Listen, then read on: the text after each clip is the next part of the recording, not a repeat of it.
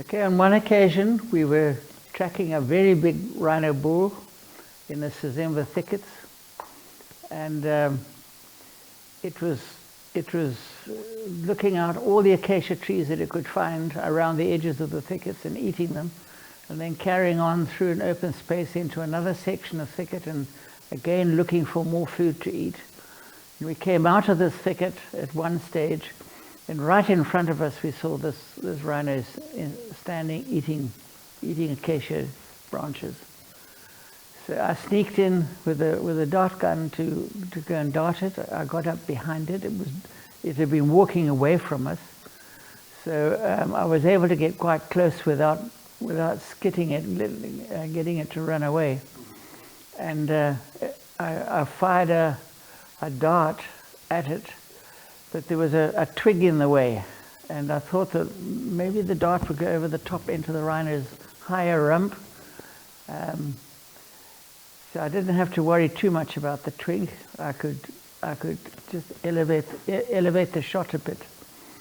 It so happened though that when I got up to this rhino, it slumped down into a bit of a hollow with its back legs. It was eating with its front legs higher than the back. And when I fired the dart, there was a sprig of branches between me and where the rhino's rump was. And the dart hit this twig and bounced over onto its side, went through the twig and hit the rhino's backside flat on, boom. And then the rhino just put down its head and off it went, running off through the bush. So we sat down and I loaded another dart. These things happen. And got onto an elephant path. We followed the rhino's tracks along it. And then way ahead of me, I saw this rhino's backside. It had gone off the elephant path and stuck its head and shoulders through the heavy thicket to the left-hand side. But its buttock was right out in the open on the path. And it was a nice shot. If I could get close enough, I had a wide open shot onto the buttocks. But across the branch in front of me, an elephant had pulled a branch down across the elephant path. And I had to get very close to this rhino to be able to shoot. I couldn't shoot through this because it would have deflected. So I sneaked right up to this branch, and I was able to stand next to it and push the barrel of the capture gun through it and fire my dart into this rhino's buttock. And the dart went in beautifully, and it stuck hard, and the rhino just backed out of the bush and turned its backside up the other way, up the elephant path, and then it was looking towards me, and it was only 15 yards ahead of me, and it just put his head down and came. So I dropped everything. I dropped my capture gun, which is the normal thing to do. You drop your ash bags, you drop your weapons, you just get out of the way. If this rhino is coming for you, your best bet is just to drop everything, forget about everything. You can always repair things if things get broken.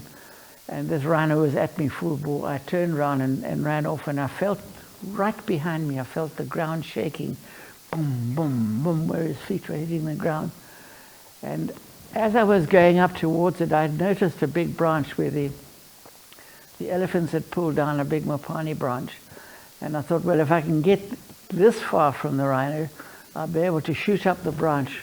As long as you can get 6 feet above the ground with the black rhino, you're relatively safe, because the rhino will come underneath you and lift his head up and look at you right underneath you.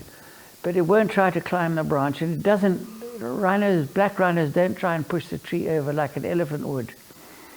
So I remembered seeing this, and then I was just running like hell, and then I suddenly realized that I'd passed this tree that I thought I'd be able to climb up. The next trick was the bushmen had a survival mechanism whereby if they were being chased by a dangerous animal and there was a trunk of a tree anywhere nearby, they'd run past the trunk of the tree, grab it with one hand, the left or the right, and swing around it at 90 degrees, and then run off at a tangle. And the rhino or the elephant, whatever it was, would more often than not, instead of turning and running after you, it would run straight on, and then you had saved yourself from attack. It didn't always happen that way. Very often it swung after you, depending on how close you were.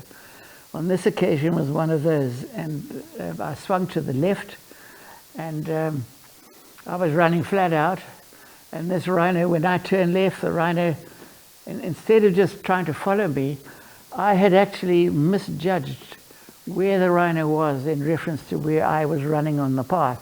And I didn't stop to look back to check. I was just running ahead. And what had happened was the rhino was further back than I thought it was. So when I got hold of this pole and swung left to get out of its way, the rhino just cut across the corner. That made it shorter for the rhino to get at me. And as I was turning left, I realized my mistake, but there was nothing I could do about it then. You just got to accept it. And I was just legging it. And there were holes in the mud where the elephants during the rains had done mud puddles and covered themselves in mud and what have you. And there were a lot of mapani trees that had been knocked over and mapani branches that had been eaten and thrown down.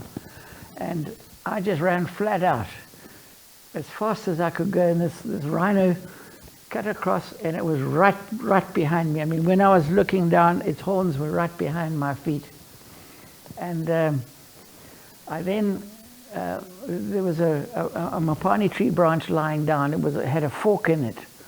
And this rhino, I jumped over this and kept running, and the thicket edge was ahead of me now.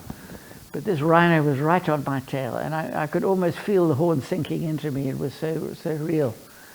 And the rhino put its foot over a mapani stick, or young mapani sapling that had a fork in it. And it put its foot between the two branches of the fork, and the foot went down between the two forks, and it clamped around the rhino's ankle. And the next thing I know is that this rhino is virtually breathing up my pants from the back. And it's now running around, pulling this thing around its ankle. And it tripped me, and I tripped and fell flat on my face. The rhino ran over the top of me. Its feet were on either side of my head. And I tried to grab them to get out of the way, but it didn't work. The rhino just kept going and ran over the top of me. And fortunately, that was the sum total. And I was just lying on the ground, and I just lay absolutely still, because the next thing you've got to do is to trick the rhino into thinking that you're dead or asleep. But it ran right over the top of me. And it ran through into the thicket at the other side, and then it managed to shake this thing off its leg, and it carried on running into the thick bush. And I got up and ran back again, and I escaped. That was a very narrow escape. We had lots of narrow escapes, but that is one that I won't forget.